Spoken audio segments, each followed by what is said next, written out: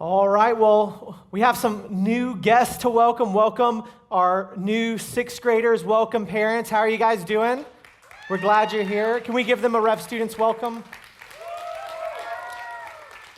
See, that's actually better than the normal Rev Students welcome. So I know you were like, wow, that was a lot, but normally it's a little bit less. No, listen, we're so excited that you're here. This is an awesome time for us because this is the starting point for us with a bunch of you for the next 6-7 years of your life that we are excited about. Time to get to know you, time to invest in you. And some of our students have already been where you're at 2 years ago, 3 years ago, 4 years ago. And for me, it's just always exciting knowing, hey, there's this length of time that we get to spend together to grow and grow in relationship together. And so I'm excited about it. I hope you are. I know this is your first time with us for a lot of you, but for the rest of us that have been here throughout the summer, we are actually in our last week in the book of Philippians. So if you have a Bible with you, we have some Bibles in the seats for you if you need one. But we're going to be in Philippians chapter 4 as we close out studying through it today. And just to catch everyone up, just in case you've missed some weeks or you're a sixth grader or a sixth grade parent and this is your first time here, we have been studying through the book of Philippians, and our series theme is called United, and that the passion and the vision of Paul as he's writing is that not only would we be united with Christ, but that we would be united with each other. And as we have dived into what's going on in Paul's life as he's writing this letter to this church, we know that most likely he's sitting in a Roman prison cell and that he's been there for a period of time, and he's most likely going to be there for a little bit longer as he's awaiting trial for simply telling people about who Jesus is and what Jesus has been doing. And most people in a situation like that wouldn't be too happy about it. They'd be frustrated, they'd be mad, they'd be angry, yet that has not been Paul's posture over the last couple of weeks as we've seen him write to this church. And the cool thing about this letter is that this is really Paul talking to some close friends. There's some letters where Paul's angry, he's calling people's names, he's saying, hey, you guys need to get your act together, you're really not doing super great at this whole Christian thing, hey, here's what you need to do. But Philippians has a very different tone. It's people who he is very close to. It's like he's writing to his best friend that he hasn't seen in a couple of years, and you see that language all throughout it. And we know, we'll actually read in just a little bit, that while Paul is sitting here in this prison cell, the Philippian church actually raised money for a gift, for money, for financings to support his journey and all the things, and that this guy named Epaphroditus came to visit Paul while he was in prison to spend time with him, to pray with him, to care for him. That was the type of relationship that Paul had with this church. And as Paul is getting to the end of his letter here, as he's writing to these close friends of his, he wants to begin to prepare them for what's coming next. He wants to prepare them well. And here's the thing about preparation. Preparation has to happen before the event. Because if you find yourself in a moment unprepared, it usually doesn't go well for you. This is the reason why I work out. You might have heard me talk about it before. I enjoy working out. I've been working out since I was in high school. I really love lifting weights. I just almost PR'd. If you don't know what that is, it's a personal record on deadlift the other day. If you're really interested, you can come find me later. I'll tell you how much I'm lifting. It's pretty impressive, but I want to be humble, right? Because Paul told us to be humble, so I'm not going to get into it. But I was really excited because I was really close, and so I think I'll get it the next time I try it. But I am in a preparation mode. I work out for two reasons. One, if you've been around my son, he is like a pinball. He's just like boom, boom, boom, boom, boom, boom, and I need to keep up with him. Like, I need to have the physical ability to keep up with him. And the other reason is I want to be prepared because I know that there's going to be a moment one day where, I don't know, I'm walking and I'm going to need to like lift a car off a person to save their life. And I just want to be prepared for that moment, right? Like, I don't know what the moment that's coming for me is. I'm not sure if I'm going to be, like Tom Cruise in Mission Impossible, and I'm just hanging off the edge of a cliff with one arm, and I need the physical ability to pull myself up. I don't know if I'll find my situation, but if I do find myself in that situation, I promise you I want to be prepared for it. You get what I'm saying? Yeah, I want to be prepared for that moment. So that is why I work out. Preparation. And that's kind of where Paul is getting here. that we need to be prepared because there might be a moment or moments that are coming that we need to be prepared for. And here's the thing, I don't know the circumstances that I'm going to be walking into tomorrow or the next day or 5 years from now or 10 years from now, and you don't know either. You don't know you're going to be facing this next school year. You don't know what's going to happen after you graduate. But what we want to do to the best of our ability is to be prepared for those moments. And that is where Paul's heart here in Philippians chapter 4. So we're going to start off in verse 10 as he begins kind of teaching us through this. And so Philippians chapter 4, verse 10, Paul says, I rejoiced in the Lord greatly that now at length you have revived your concern for me. You were indeed concerned for me, but had no opportunity. Now that I am speaking of being in need, for I have learned in whatever situation I am to be content. I know how to be brought low, and I know how to abound in any and every circumstance. I have learned the secret of facing plenty and hunger, abundance and need. I can do all things through him who strengthens me. And so again, like I mentioned earlier, Paul is having this conversation with very close friends of his. This isn't very like impersonal language. This isn't just vague generalities. He's talking about people who care about him and people who he cares about. And he begins to use this word contentment.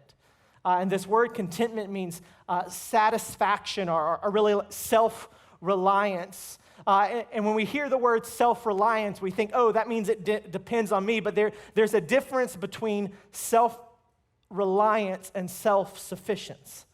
Self-reliance means you are relying on yourself, but there is the opportunity for outside help. Self-sufficiency means it is all on you. And what we're going to see here is that as Paul begins to talk about our preparation, that there is another person in the picture. And he says he's learned something through his life journeys. He uses two words here. He says, I know how to be brought low. I know how to abound in any and every circumstance. I have learned the secret of facing plenty and hunger, abundance and need. The first word when he talks about learned, talks about general knowledge. Like I went to school and I learned how to do fractions, right? That's what he's saying. Hey, I learned knowledge. I learned understanding. I learned how to navigate something. But then he gets to the second time he uses the word learned, and it's a different word. This word is like solving a mystery. Like Scooby-Doo. Did any of you grow up watching Scooby-Doo? I know some of you. Raise your hand if you know Scooby-Doo. Okay, hey, that's better than I thought. Sometimes I say things and you guys are like, this guy, he's old, I don't get it. I don't get the things he says. I feel good, I feel safe now. This is like Scooby-Doo. This is like, hey, I just pulled the mask off the bad guy. It's the gardener. He was really upset because they didn't tip him, and that's why he kidnapped the little girl. And that was the plot line of the Scooby-Doo episode. He's like, hey, I solved the mystery. I figured it out. We learned who it is, and that's the language that Paul's using when he says, hey, I've learned the secret of facing plenty and hunger, abundance and need. He says, see, sometimes in certain circumstances and sometimes in certain situations, contentment, satisfaction, self-reliance can feel elusive. It can feel mysterious. It can feel like it's out of grasp, like it's this mystery we need to solve. But it's something that affects every one of us. And in some ways, every single person in this room has experienced this or will experience this. They experience it when they fear rejection, they fear judgment, they maybe even fear poverty or fear that they won't have enough for a certain need in their life. And they find themselves in moments where they're maybe physically unprepared, spiritually unprepared, financially unprepared, whatever it is. They find themselves in a moment where they are unprepared for what is coming. And Paul is saying, no, hey, we can be prepared. He said, hey, I cracked the code. I solved the mystery. I figured it out. He said, I have learned the secret that whether things are going good for me or things are going bad for me, whether I have a lot of nice things or I don't. I've learned the secret. I figured out whether all of my circumstances are really difficult right now or everything in my life is going great. No matter what my circumstance is, I have learned how to be content. I've learned how to be satisfied. And he said, the thing that I found out is that in every single one of those scenarios that Jesus was enough.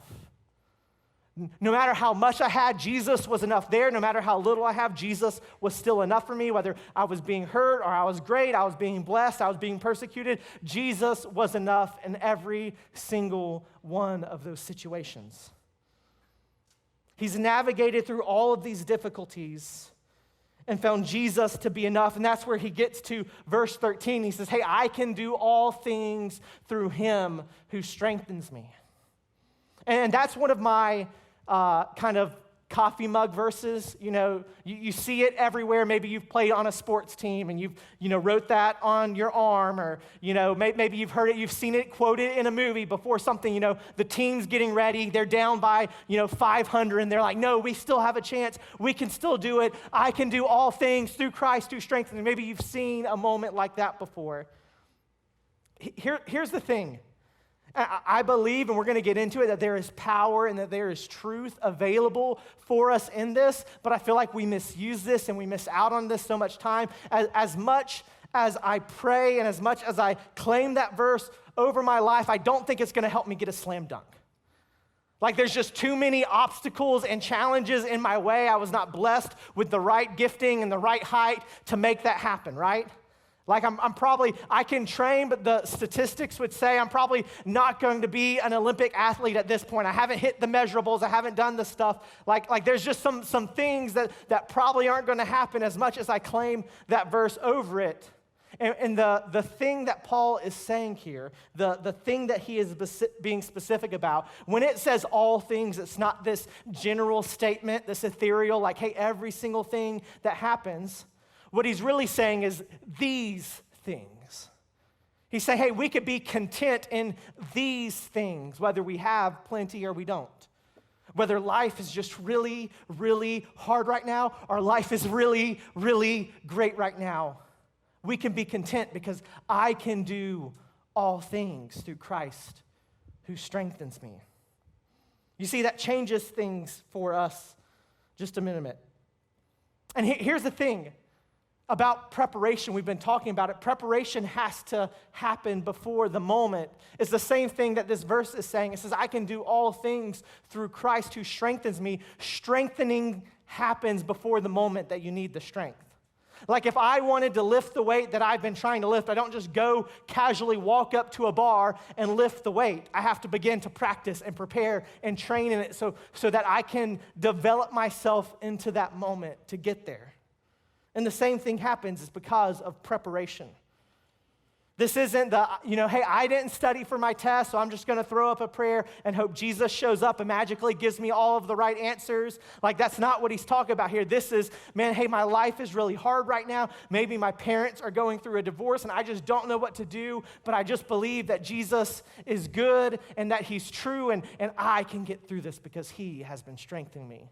This is, man, I just lost someone that I really care about, and I don't know what's going on, and man, I have questions about my future, and I don't know what I want to do with the rest of my life, and I don't know, that I'm having this conflict in my friendship, and everything seems to be falling apart, but I can do all things through Christ who strengthens me.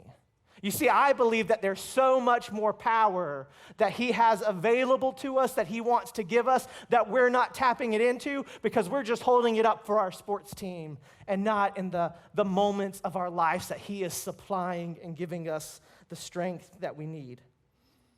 Here's what I believe Paul's saying here. Our contentment is found in Christ, not our circumstances. Our contentment is found in Christ, not our circumstances. And listen, when we find ourselves in difficulty and when we find ourselves in new circumstances that we don't have the ability to get through, what do? When we find ourselves into these moments and it seems like everything's falling apart, what do? And a better question is, how do we prepare beforehand? And it sounds really like lame for me to sit up here and be like, well, if you really want to prepare well, you just need to read your Bible more. Or you just need to pray more. Or you just need to spend more time with Jesus. But I want to go back to our analogy, our sports lifting analogy that I was going for, our preparation, our training analogy. Hey, if you want to be strengthened for the moments that are going to be coming for you, then you need to start training now. What does training look like? And I know a lot of you are athletes, and a lot of y'all go to practice, and you run drills, and that's what training is. And he's saying the same thing right here. He's saying, hey, when you spend time in your word and you hear what God has for you, you're developing muscles you haven't used before. When you're spending time praying with God and you're talking to him and you're experiencing him and you're walking with him, that you are growing and working out muscles that you've never worked out, and those are going to prepare you for a time that you haven't walked in yet. He says, hey, we don't just walk into contentment randomly. It doesn't happen that way. We're not just walking and you're like, oh, you know what? I cracked the code. I figured it out. I have all the answers. I didn't prepare for this moment. I didn't really have to work hard for it. It just kind of fell into my lap. That's not how it happens. He says, no, we go after it. We chase after it. We work hard after it. We train, and then we find ourselves in those moments, and we realize, hey, I've been prepared for this moment, and Jesus is enough regardless of the circumstances. Paul continues in verse 14. He's kind of summed up, hey, this is how we begin to train, and he begins talking about a specific situation. He says, yet it was kind of you to share my trouble, and you Philippians yourself know that in the beginning of the gospel, when I left Macedonia, no church entered partnership with me in giving and receiving except for you only. It seems like from this verse right here that there's other churches and other believers that had the opportunity to partner with Paul, to give into what Paul was doing, to sow into what God was doing there. And I don't feel like Paul's bashing other churches here. He's not saying, hey, you were the only generous church and all these other churches are bad churches and they stink. But he was specifically pointing out the obedience that the Philippians were operating in. He said, hey, you guys gave it. Other people didn't, but you guys did. Man, I'm so excited that you did. And the reality is he's going to say it in just a minute, that this gift would have been a sacrifice for them.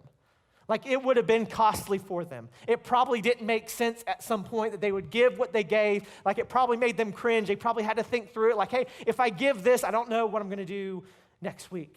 Hey, if I give this and an accident happens, man, what am I going to do? Like, it was meant to hurt. It was meant to cost something. And he says, but you did it anyways. He says, you did it anyways, and that the thing he was trying to teach, he's going to summarize it in the next verse. He says, I know it's going to be difficult, and I know it might not have made sense, but the thing that you need to know about our God is that we will not outgive the generosity of God. He says, we won't outgive the generosity of God. Maybe you're sitting there and you're clenching your hands and you're trying to figure out, God, you're asking me to do this, but it's going to cost me my popularity. It's going to cost me some friendships. It's going to cost me some opportunities. It's going to cost me financially. It is going to cost me, and it is going to hurt, and I'm not sure I'm going to get out of it more than what I'm giving up. Paul says, no, you don't understand how our God works. We will never outgive him. He continues in verse 17. He says, not that I seek the gift, but I seek the fruit that increases to your credit. I have received full payment and more. I am well supplied, having received from Epaphroditus the gifts you sent, a fragrant offering, a sacrifice acceptable and pleasing to God. And my God will supply every need of yours according to his riches and his glory in Christ Jesus. To our God and Father be the glory forever and ever. Amen. He says, hey, I know what you guys gave was a sacrifice. I know what you guys gave was costly. I know what you guys gave hurt. And I know you may be trying to figure it all out and you're not sure if it was worth it. He's like, but here's what you need to know about my God. He will supply every need of yours. You will never outgive him. He says it's not that I seek the gift, but I seek the fruit. That's sometimes maybe a confusing language. He says, hey, I'm not as worried about the specific gift that you're giving me. He's like, I'm worried, I'm excited about the fruit that comes from that. Because when we walk in obedience to the things that God calls us to, God begins to grow spiritual fruit in our life. He begins to grow our obedience and grow our faith and grow our generosity and grow our patience and grow our talents and our gifting. He begins to grow things as we walk in obedience. He's like, hey, I'm excited about the gift. The gift is awesome. The gift helped further my ministry. The gift helped support me. But I am so much more excited about the fruit, about what God's going to do in you because of your obedience. He says, we get to see the result of your training. You're going to be able to lift bigger weights now. You're going to set new PRs. You're going to be able to do so much more. You're going to run faster. You're going to be stronger because of your obedience. He says it's not about the gift. The gift is just the means for God to grow you. It's your obedience that he is going to use. And yes, it might be costly. And yes, it might not make sense a lot of times, but my God will supply every one of your needs. He's like, you're not going to outgive him. There's nothing that you can give up that he isn't able to outgive you in every way possible. My God will supply every need. Here's my final point for us as we close our time together. Regardless of any circumstance we find ourselves in, God will supply every need because he supplies himself. Regardless of any circumstance we find ourselves in, God will supply every need because he supplies himself. Here's the crazy, mind-boggling thing, that God has given us the greatest and most valuable gift ever. He has given us himself. He wrapped himself in flesh, and he came down and humbled himself and lived a life that we could never lived. And he died a death that me and you deserve so that we would have the opportunity to not only know him, but experience him and follow him and live forever with him into eternity. And the question that you have to ask yourself is that enough for you? Is that enough for you? Do you need more money at the end of your life when you think about what is most valuable and what is most important and what is the biggest thing you can get your hands around and live your life for? He said, hey, is it more money or is it more of Jesus? Do you think people need to like you more, or should you be living for the approval of the one who sacrificed himself so that you could have life forever? He wants to, we talked about it last week, he wants us to have an eternal perspective.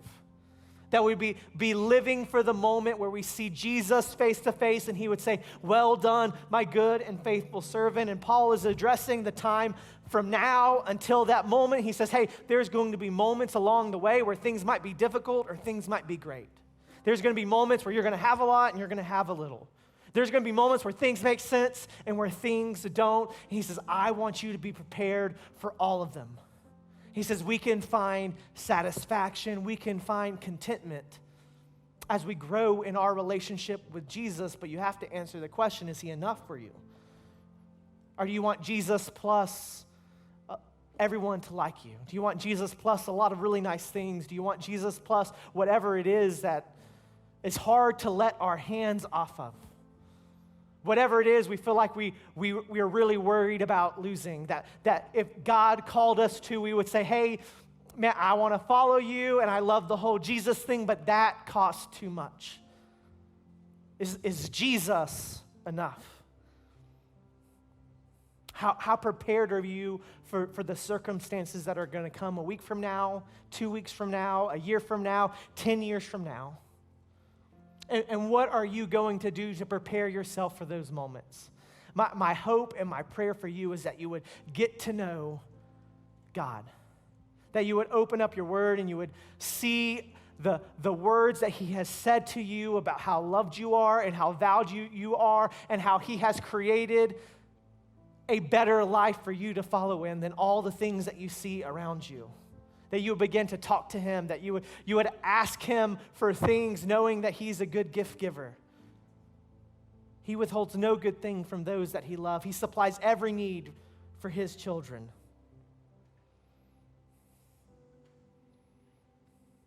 Listen, we need to know that God has given access to us to the most important thing we ever could have, Him. And He gives it to us, free to us, but at great cost to Himself. And as we look and as we think about Jesus up on the cross, we know that that is the thing that purchased our access to Him, that is the thing that purchased our ability to know Him, that is the thing that purchased our ability to follow Him. That has to be enough for us. It can't be that plus something else. And so things are going to be difficult. Things are going to be great sometimes. Sometimes, can I be honest with you, this might sound like the craziest thing. Sometimes when things are going great, that might be the hardest time for you to follow Jesus because you don't think that you need Him. Everything's going great. Why would I? I only run to Him when things are hard. He says no matter what situation you find yourself in, that you would find satisfaction, contentment, that your hope and your life would be based around Him. Pray with me.